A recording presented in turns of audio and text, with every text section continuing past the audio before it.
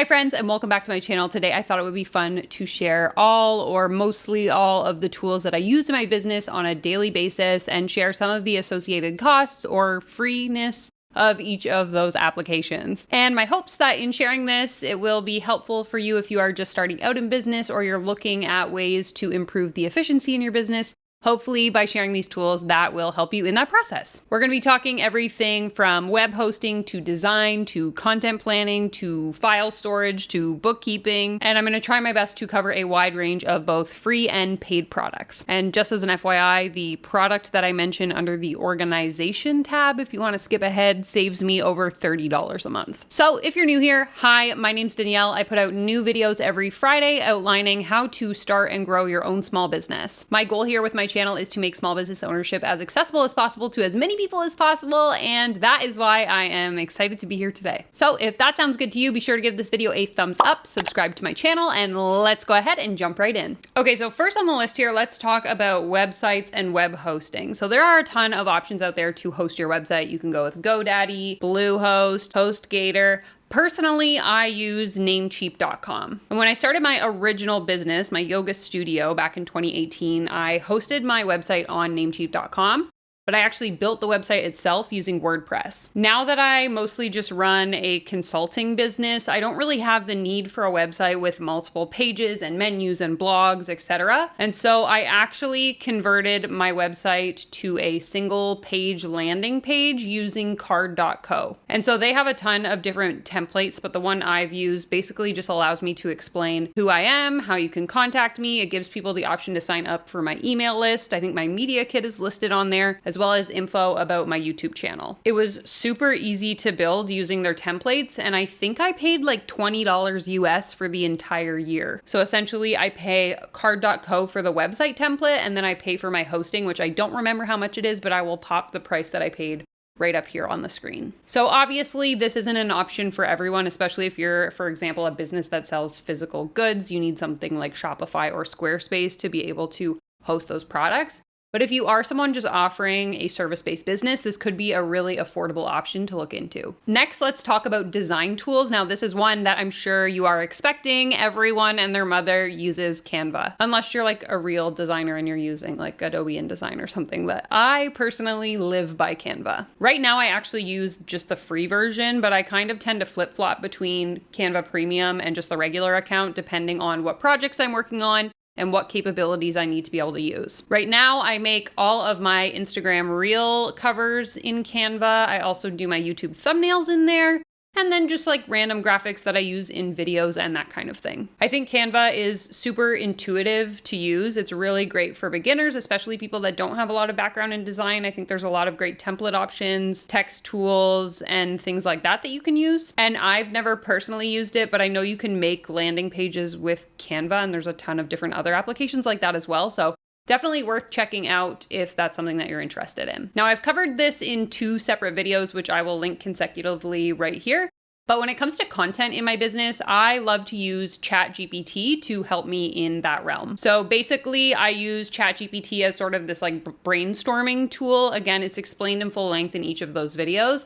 And then the results that I get from ChatGPT, I track in a Google Sheet. So I have a full Google Sheet spreadsheet. You can actually buy it. I'll link it down below, where I plan out all of my Instagram and TikTok content on a monthly basis using the prompts and the results that I get from ChatGPT. And of course, my own spice. But together, I would say that ChatGPT and Google Sheets are a great way to organize all your ideas in one space, figure out when and where you're going to post them, and just keep track of your content in general. ChatGPT has saved me so much time, and without Google Sheets, I would be a disorganized mess, which leads me very beautifully into my next point about what tool I use for organization in my business. And that would be Google Workspace. So Google Workspace includes everything from my email hosting to my file storage, my calendar organization, my template management, my video chatting service, etc. So instead of what I used to do, which was pay for separate subscriptions to Dropbox, to private email, to Zoom, I can now do literally everything in Google with up to 2 terabytes of storage for just just $15 Canadian a month. Like, that's literally insane. Just to have the basic level of like a Zoom subscription is over $20. So to be able to use Google Meets, record all my meetings, and have access to my email and storage for $15, just like, it blows my mind. And when I talk about web hosting, I'm not talking about having an email that's like danielleryan@gmail.com. I'm talking about having an actual email, which is the email I use, hello@danielleryan.me. I own the domain danielleryan.me.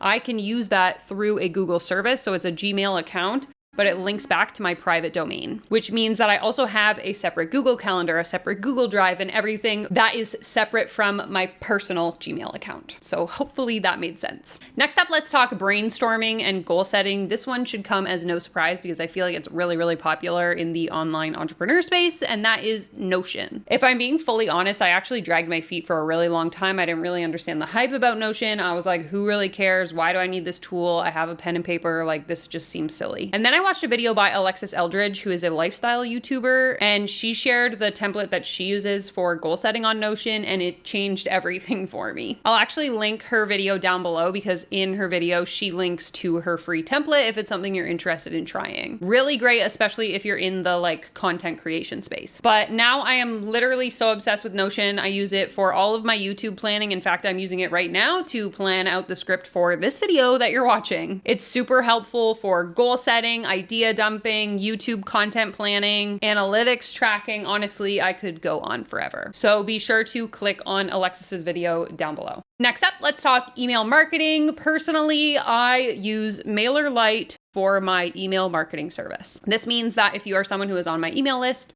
and you receive my weekly email updates, I am sending that using the platform MailerLite. Ultimately, the email management service that you choose to use, I think really comes down to personal preference. There are a ton of great options out there: ConvertKit, MailChimp, Flowdesk, etc. And over the years, I have experimented with a few of them. MailChimp didn't work for me. I used to use Flowdesk for probably like 2 years, but I just couldn't justify the price that it cost me per month in terms of like how much money it was making me in my business. Because I will say that Flowdesk has really aesthetic looking emails, which was the reason why I switched to them in the first place, because visually they look really good, and MailerLite is more of like a basic kind of formatting. But ultimately I came to this realization that what converts is the copy in your emails and the content of your emails, not like whether or not you have a cursive font for your signature. So the great thing about MailerLite is that it's actually free if you have less than 1,000 subscribers on your email list. But then even like I have around 1,500 subscribers and I pay $126 US per year, which in the grand scheme of things compared to other options, I think is super affordable, and it literally has all of the same features as the other platforms that I've used. Like, you can do landing pages, you can do website embedding, you can set up automated sequences, and so on. I actually have a referral link, and I'll share it below if you want to save $20 off your subscription for the year, or if you just want to try the free version yourself. Next up, we have product sales. Really great if you are someone who sells digital products, and for that, I use StanStore. So through my StanStore, I actually sell ebooks, I sell an online course, and I also allow people the opportunity to book private mentorship with me one-on-one. And of course, I use it sort of like a link tree where I'll have links to all of my other websites and other tools that I need. But rather than paying for separate web hosting, Acuity calendar scheduling, Thinkific for course building, etc., I can do everything all in Stan in one place. I have a full video explaining why I believe StanStore is so much better than options like Linktree, link in bio, etc. You can actually watch the full video right here. But Stan only costs $29 a month to get started. Personally, I use it for free because I am an ambassador of their program. They're not paying me to talk about it in this video. I genuinely love their product. And I actually have a 14-day free trial, no contracts necessary, so you can give it a try, and if it's not for you, you can cancel before they charge you. I will have that linked in the description box below. It's honestly so easy to use, so easy to set up, and just like so much better than a regular link in bio. It also just makes converting prospects and people new to your page into paying clients a lot easier. And this leads me well into my next favorite tool, which is Loom. So if you're not familiar, Loom is essentially a screen recording tool, which I have been using throughout this video to record screen recordings of the different apps that I've been talking about. Now, I especially love Loom for doing client work. If you're not familiar, I actually sell social media audits where I'll take a look at your Instagram and your TikTok page and give you live feedback on things that you could improve to increase your reach, increase your engagement, and ultimately make more money in your business. Now, using a tool like Loom, I'm able to essentially go through your profile live and directly give you feedback together. It's like we're on a video call and I can kind of say like, this is your bio line, you should change it to this. And I can walk you through those things while I'm on video chatting. So it's super great for any kind of like tutorial style content or direct feedback that you want to give to clients. And Loom has a great free version, which allows you to record up to 25 videos that are 5 minutes long each. And you can kind of like go through and delete videos you don't need anymore. So it kind of like counts back. So if I had 25 videos recorded and then I deleted 10 of them, I didn't need them anymore, I would be able to record 10 new videos. So really great free option, but you can also upgrade to a paid plan. I just haven't got around to doing that.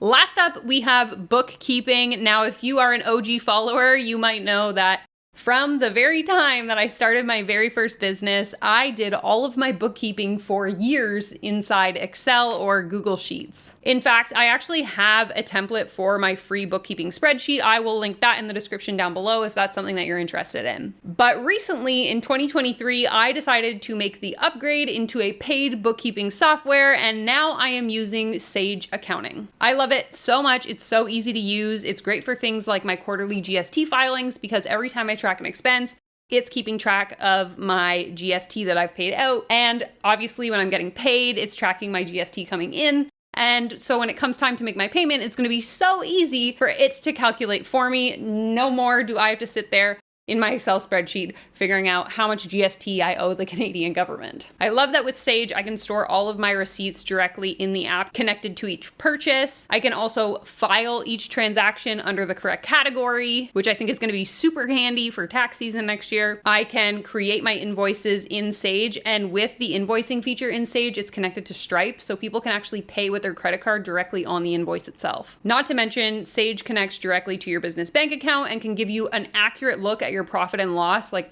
instantly. Seriously, I wish I had switched sooner. This is not sponsored whatsoever. Sage costs $17 a month, but right now they have a 3-month free trial, and I will link that down below as well. Okay, friends, this was just a general overview of the tools that I love to use in my small business. I hope that this was helpful. Even recording this video, I'm already thinking of other tools that I could have mentioned. So if there's anything you think I missed, please make sure to drop it in the comments below. And if there's any tools that I mentioned in this video that you want me to elaborate further on or give you a full tutorial on, please let me know as well. If you enjoyed this video, be sure to give it a thumbs up, subscribe to my channel, and I will see you in the next one. Bye!